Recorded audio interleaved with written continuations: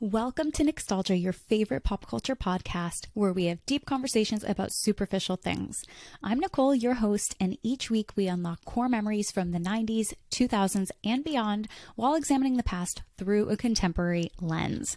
Our guests are pop culture tastemakers who explore how our formative experiences shape how we see the world. We talk about trends, fashion, music, identity, consumer behavior, societal attitudes, and more. Nicstalgia is a reminder of how our individual and collective memories make us feel like we belong. And if you like Nicstalgia, be sure to follow, subscribe, rate, review, and share with a friend who loves pop culture as much as we do. Plus, we have a lot of fun. Enjoy the show.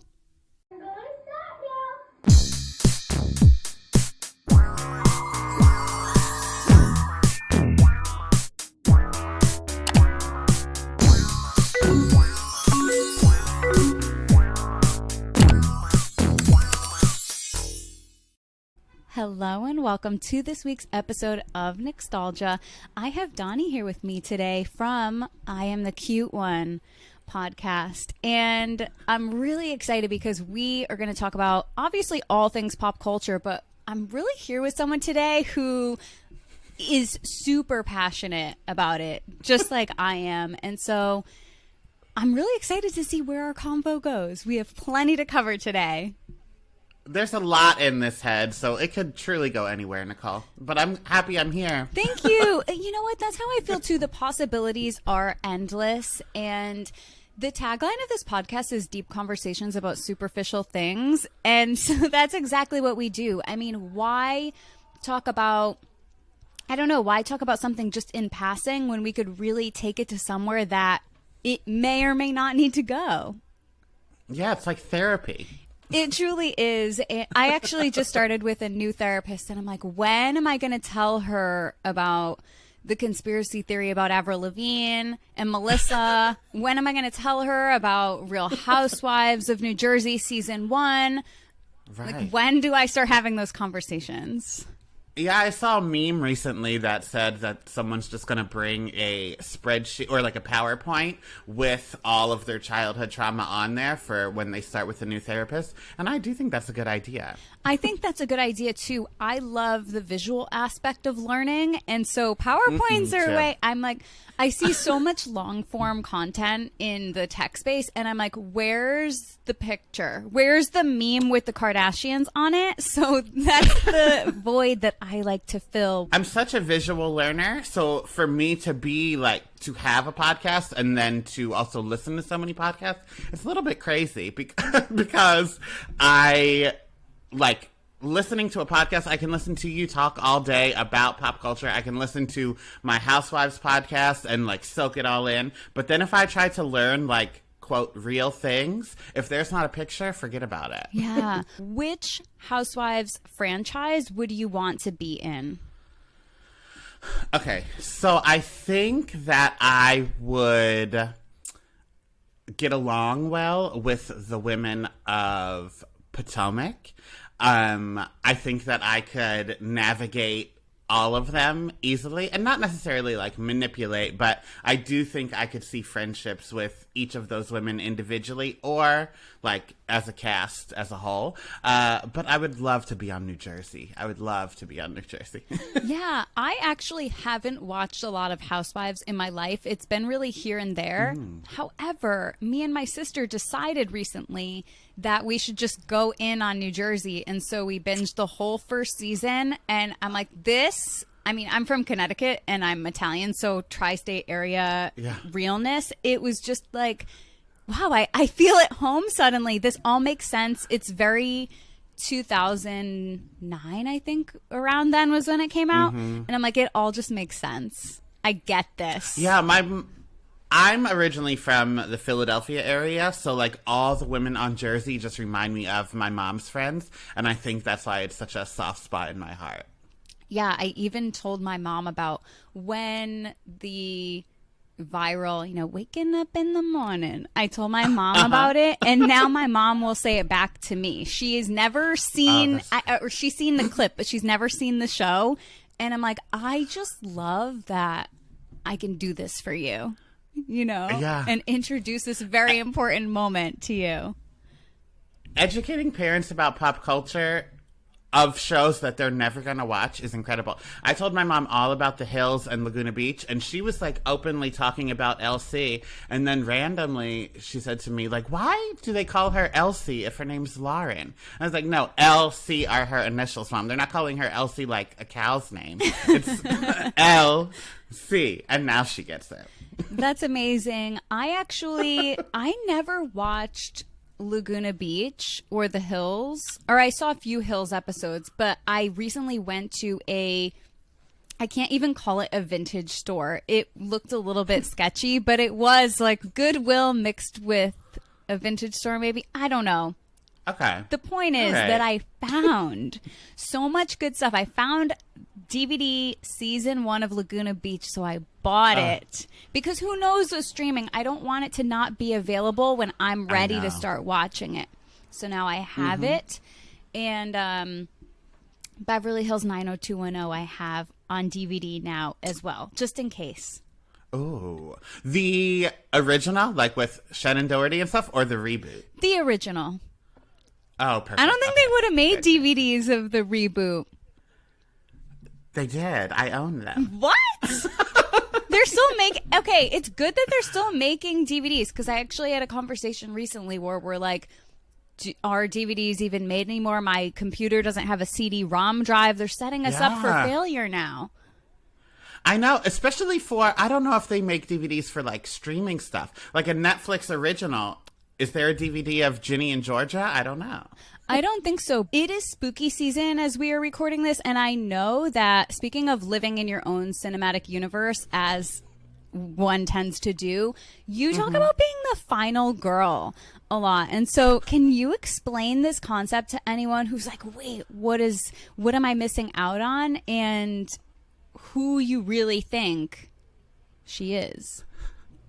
Sure. So the final girl is a concept that started in like 80s movies, I think, and then continued through slashers of the 90s and early 2000s, and I guess still today, but it's literally the final survivor in a horror movie. So it would be the Sidney Prescott in Scream, the Julie James in I Know What You Did Last Summer.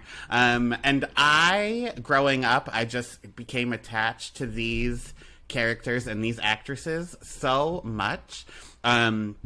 And I think, well, I thought about it recently, and I was like, why did I do? why did I personally? But then also, I feel like gay men in general are really like honed in on the Sidney Prescotts and the whoever's of the world, and I was like, why? And I think growing up gay, I didn't have gay icons to admire or to even like figure out that's why I was connecting with these people. So like a strong female was the closest I had to identify with. So like watching this snarky cheerleader survive 4 movies worth of all of her friends being murdered, I was like, that's me, you guys.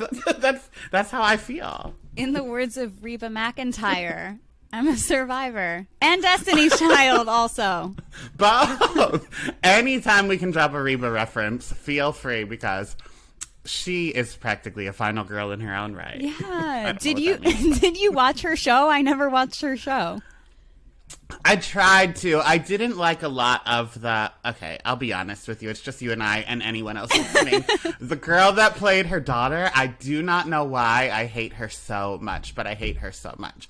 And she's, like, in real life as a person, I don't think she's ever done anything wrong. She's fine as an actress. I truly don't know what it is about this woman, but I could not get behind her on Reba. Are there any other actors where you're like, I don't know why I maybe want to like them, but I just truly can't?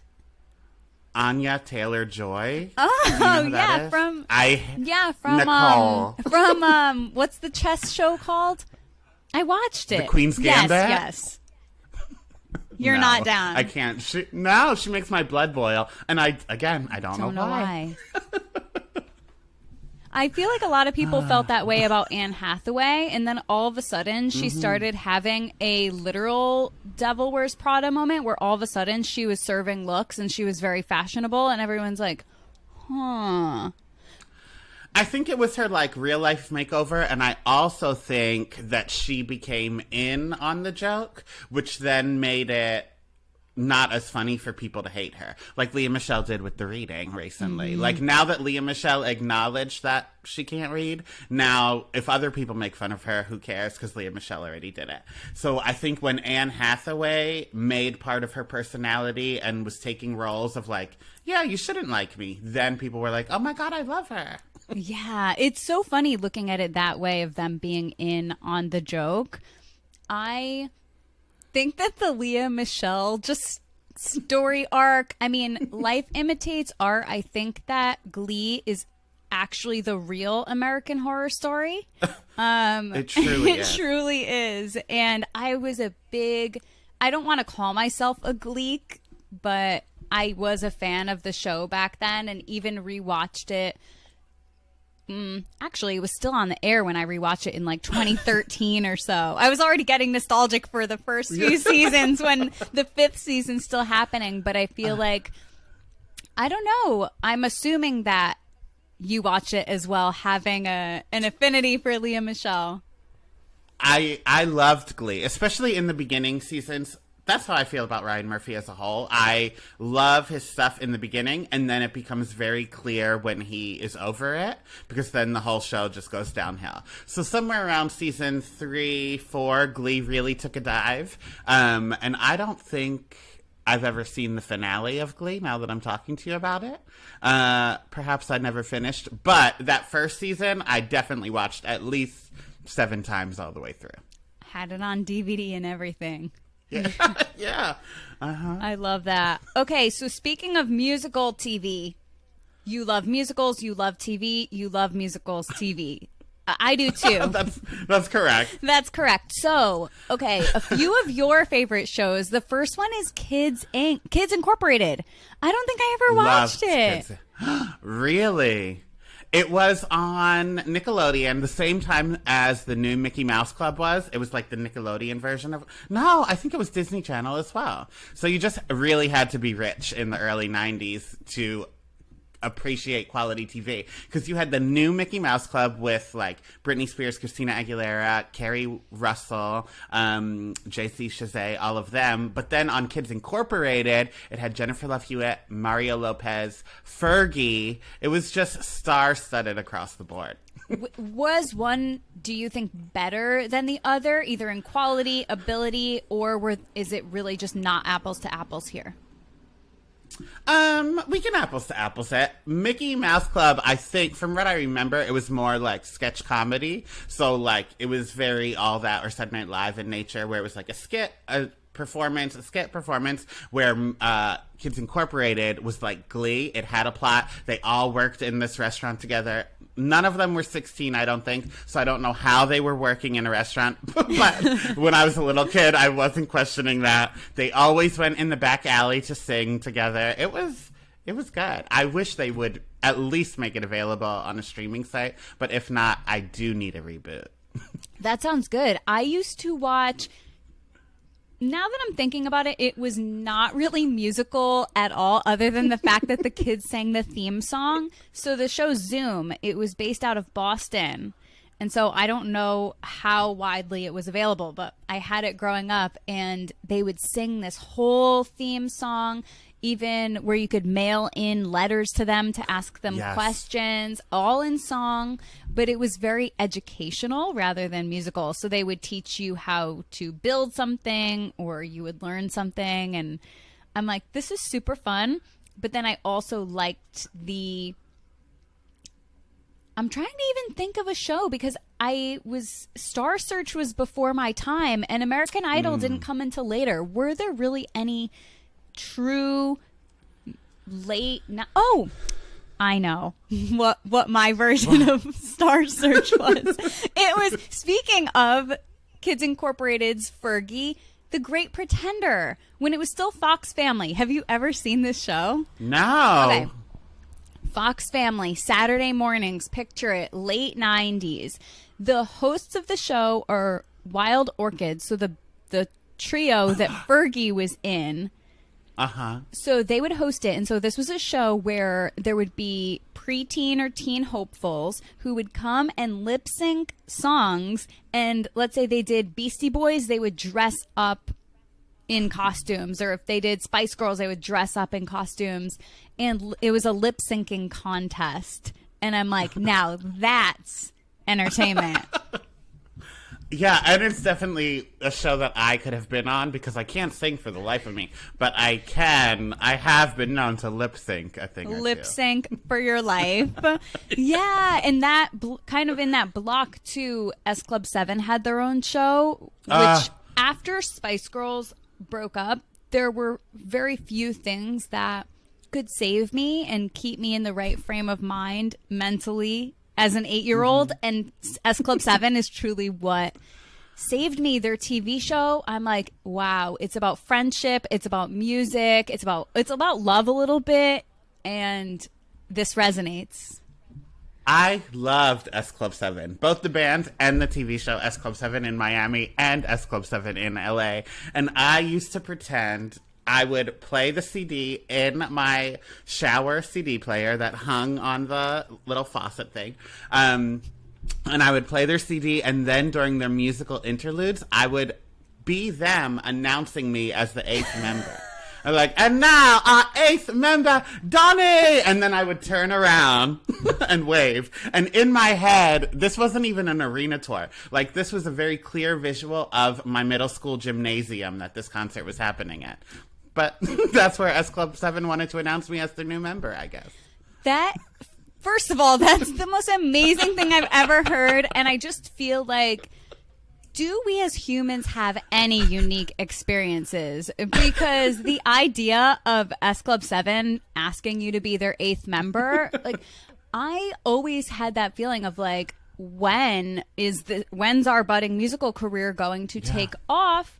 And I actually had in middle school, speaking of middle school auditorium, one day, I have literally no idea why, the girl band No Secrets came to my middle school to perform, and I had to miss school that day because I had to go to a funeral. And I was so upset because I was like, I have to miss No Secrets in concert. Priorities of a middle schooler. Priorities. And so my science teacher had a little printout, just like an 8x11 piece of paper of the band, and the girls signed it. And I just remember that they wrote it out to Nicole with an H, and my name is spelled Nicole. So I was like, okay, I'm not saying this ruins it, but I could sell it on eBay to someone named Nicole with an H. Yeah. I did end up getting rid of that autographed paper, which, why? Who really knows? But this was in, I don't know, probably 2002. So flash forward 15 years. I used to work in the fashion industry in New York. I'm sitting at my desk. I hear That's What Girls Do coming out of somebody's speakers at work. And I'm like, okay, this was before I was having a pop culture podcast. This was before this lifetime. But I heard that song and I'm like, I need to be involved in this conversation as the clearly, literally #1 fan of No Secrets. And I go over and everyone's kind of crowded around the desk watching the music video on YouTube at work. I'm like, why? Why is this happening? And they're like, you know, the main girl in this band works at this company, right? And I was like, excuse me? They're like, yeah, her dad was a music industry executive. And she was like, hey, I want to be in a band. And he's like, okay. So he made her a girl band. I'm like, wow, it hurts to see someone else living your dream. But she's a super nice girl. And I got to talk to her about it and was like, you do know that I'm your #1 fan, right? Like, I think that was the universe's purpose, you know, when you zoom out and you realize when people say everything happens for a reason. That's why I worked at that company for 3 years, so that I could meet the lead girl from No Secrets. I think so. It was fate. It was fate. There's just some things in life that you can't really explain, and I think that that's one of them. It was all worth it. That is so cool. It really is. I think that, and you live in New York City. I lived in New York City for 5 years, and you have various brushings with, well, if we're talking about No Secrets, very varying levels of fame. Have you had any particular encounters that just struck you? So it's so weird because both as a podcast host and as a Broadway usher, like when I meet or talk to celebrities in a professional setting, I'm fine. I can say, like, this is your seat, or I can sit and interview whoever, Teresa Giudice, it doesn't matter. Like when I was ushering recently, this show that I'm working now, A Strange Loop, is bringing in so many high-profile things. So, I mean, so many high-profile people. So we have had, like, Michelle Obama. We had Trevor Noah. We've had people that I can't even think of right now, but, like, big names. And I'm fine. But whenever I meet a celebrity as a fan, that's when I, like, my mind shuts down. I can't speak. I went to a Jessica Simpson book signing right before COVID, and there was a meet and greet after. So I went through the line. I was wearing a feather necklace that I wear all the time. It doesn't even mean anything. I don't know where I got it from. But a feather, I guess, is the imagery of her memoir. So she's like, oh, feathers mean so much to me. And my brain shut down. I couldn't speak. I said, good. And then I took my book and walked away. I don't know why I'm like that. That is so incredible on so many levels. Well, thank you. You were so And welcome. the same thing happened when I went to Lauren Conrad book signing. Like, I was in line for an hour. I could have planned what to say. I graduated the same year as her. I watched her on TV. There's plenty to say. But then when I got up there, I just said, I love your work. Like, what work was I talking about? Laguna Beach or her time at Teen Vogue? I'm not quite sure, but she smiled. I love that you were also a celebrity memoir book signing patron, because I have been to many book signings at Barnes & Noble in Union Square. It's like I know exactly what time to get there, which seat to go in, and I didn't find out soon enough. I actually researched too far in advance and then not far in advance enough of Sporty Spice, her event there, and so I ended up missing it, and I'm like, you know what? The universe has other plans in store for me. You're right. You'll work at her company for 3 years. Right? There's got to be. Well, the company I work for 3 years dressed her for that event. So I was like, wow, talk about the universe protecting me. Oh, wow. Yeah. So I was a little triggered by that. I'm like, well, at least one of us could be there. So, but yeah. When I went to the book signing remember when Chloe and what's the other? Courtney, when they wrote a book loosely based on their lives? It was like a novel, but basically about them. I only remember the like 5 TV shows they had loosely based about them. Nope, they had a novel as well. But they did a book signing for it at the Union Square one. And the line was so long, it like wrapped around 4 blocks. And then people were like, and it was raining, so people would pass and they were like, what's this line for? Why is it so long in the rain? So in the beginning, I would tell people, and then they would laugh in my face because I was waiting 4 blocks in the rain for the Kardashians. So then after a while, I just started lying. I was like, oh, Oprah's interviewing Obama in there. So, and then that shut people up. Then they got in line. And then 4 hours later. They were like, what the hell is going on? I have 2 kind of favorite sightings. One was when I was walking down my own street when I lived in Soho, and I saw this girl walking down the street, and I'm like, that girl is so beautiful. And then she was walking, arm in arm with, I guess, like her boyfriend or whatever, and then some other lady, and the boyfriend was Jonah Hill. And I was like, I can't believe I was just like, oh, there's like just this guy. And then I look at him and I'm like, I've watched you in movies like many, many times. So, yeah, as much as he's known for his style nowadays, everybody who walks around Soho looks like that. So it's not anything out of the ordinary.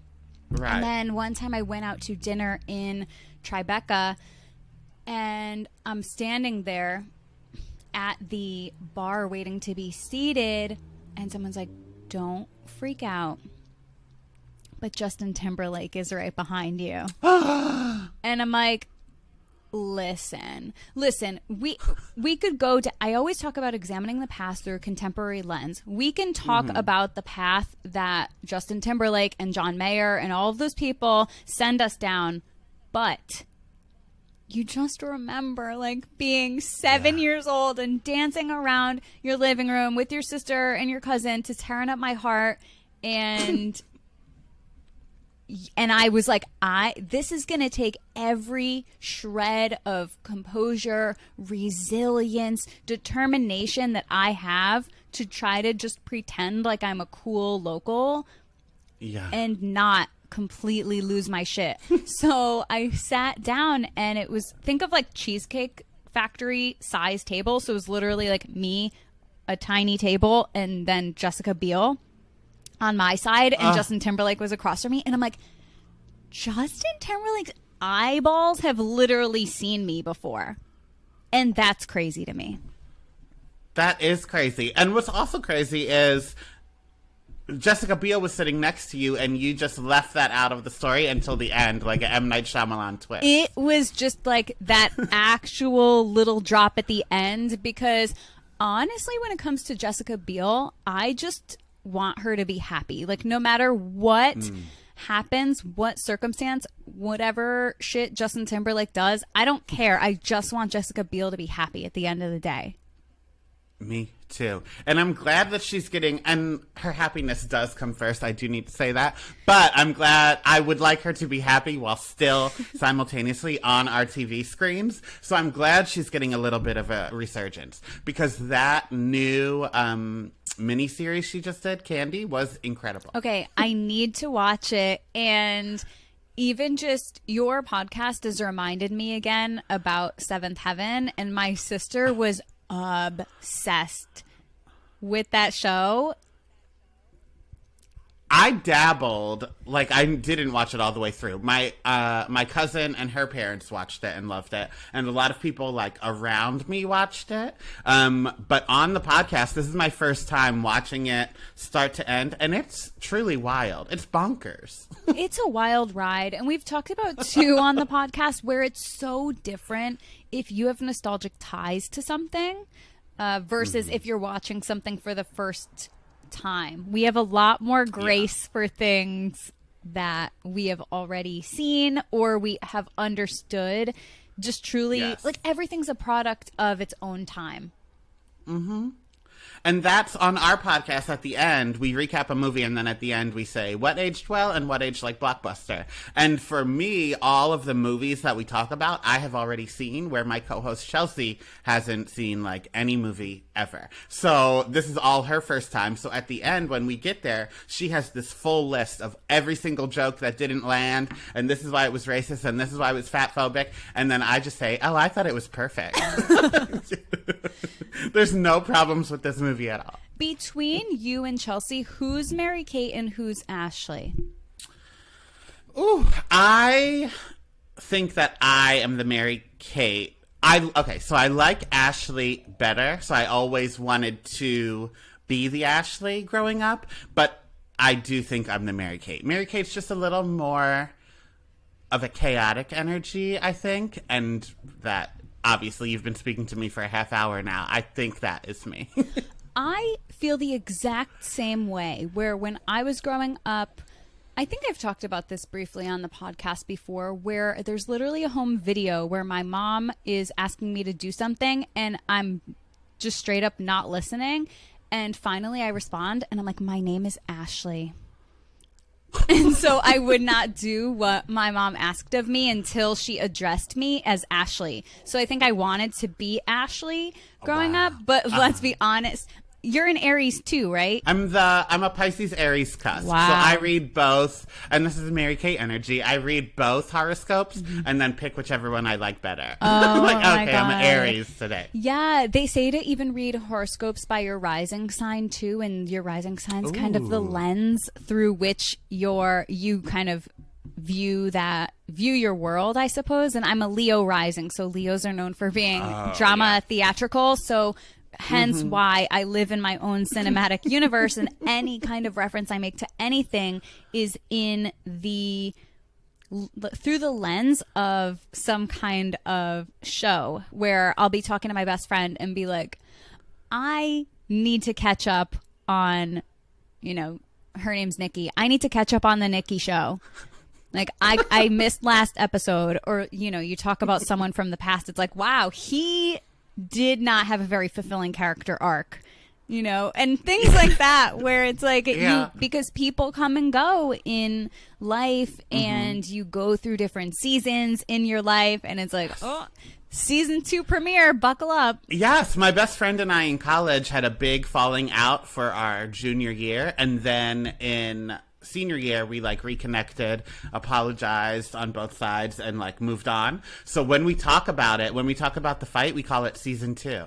To this day, we're like, oh my God, I don't know how season 2 lasted so long. And you're like, the producers really went with that. They really took that fight and ran. They dragged it out for an additional 4 episodes.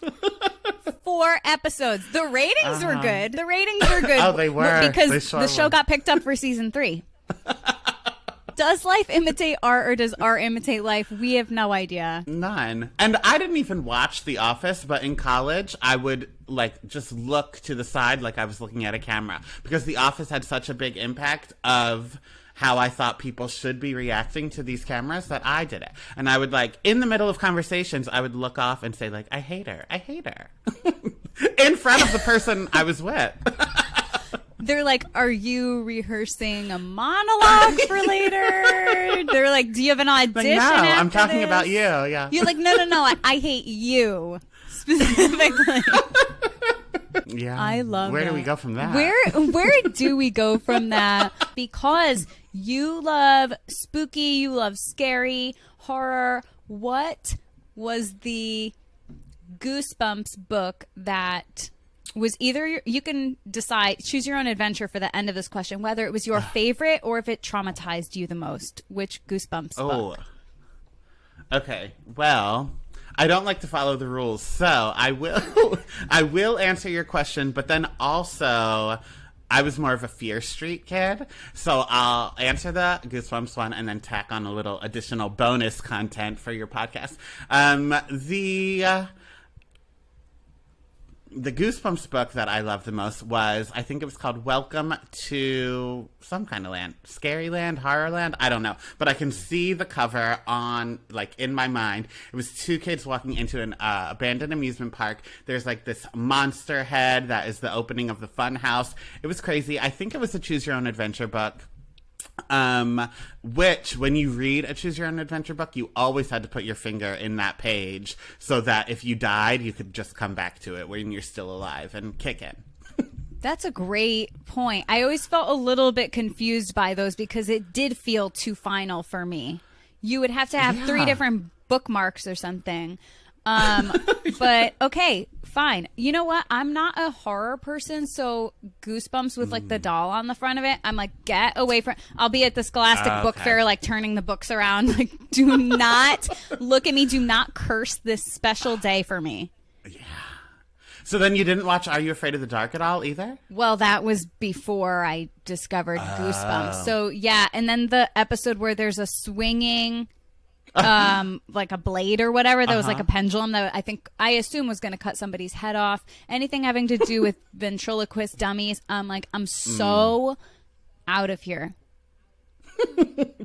My favorite Are You Afraid of the Dark episode is the one with Melissa Joan Hart and the dead ghost that died in the water, but they don't find that out until the end. So he just comes to her window at night and says, I'm cold.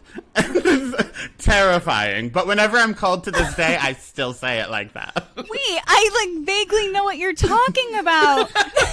Oh my God. It's the best episode. Just his bowl cut. He's in that white. It's not. I think it's just pajamas, but it looks like a white Hillary Clinton pantsuit, just in front of a field. I'm cold. Yes. Okay. Well, I'm going to be looking that up on YouTube after this. Okay. No, we're not done yet. Number 1, tell me your favorite Fear Street, because now I need to know, because like you, I also don't like following the rules. Thank you. Perfect. So this is really lackluster way to end the podcast, I guess, because I do forget the title of it. You'll have to Google it on your own time. Wikipedia exists. But the plot was these two girls, there was a wall in the forest where if you jumped over it holding hands with someone, you could switch bodies. So this girl told her friend, she's like, let's jump over that wall and we'll switch bodies. So she does. But then when they switch, the main girl finds out that her friend had just murdered someone and is on the run. And that's why she wanted to switch bodies, so she can get away with it. That is so deceitful and wrong. I know, but it's also kind of brilliant.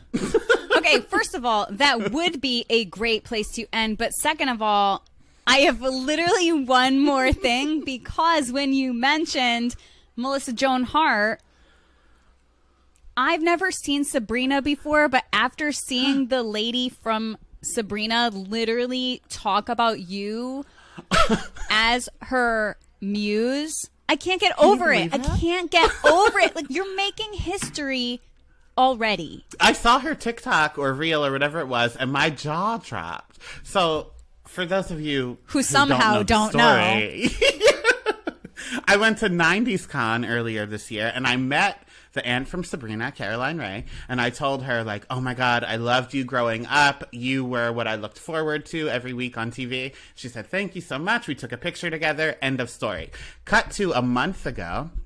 I was on her Instagram, and she had a stand-up routine on there, like a little clip. And in it, she said, I recently met a fan who told me he grew up watching me, and he loved my work when he was a child. And she said, I never felt so old because he was bald. And then that's clearly me. I'm a bald head as Mr. Clean. So I then created a reel with her stand-up routine and the photo of us together with my shiny bald head attached. Whatever. You just gave her more material, and now you have officially been inserted into her cinematic universe. Like, now you're inextricably tied. So you're right. And whenever I would comment, because I did comment a lot, I was like, is this about me? She never specifically answered, but she did like it every time, because I did ask more than once. So I count that as a yes. Give me an answer. I'm going to keep asking. Wow. That's a beautiful, beautiful story. I want to thank you for being here with me today. And thank you for having me. Of course, tell the people where they can find you, and I'm the cute one. Sure. So you can follow me on Instagram and TikTok at Real Donnywood, REAL. And you can listen to I Am the Cute One, a nostalgia podcast, wherever you get your podcasts. Yay! Thank you so, so, so much. And everyone, thanks for listening. We will see you next time. Bye. Bye. That's a wrap for this week. If you like Nicstalgia, please connect with me on social. Subscribe to the Nicstalgia newsletter at nicstalgia.substack.com and follow, rate, review on your platform of choice. Everything's linked in the show notes, including where to find more about our guest of the week. Thank you so, so much for your support. And that was this week's episode of Nicstalgia.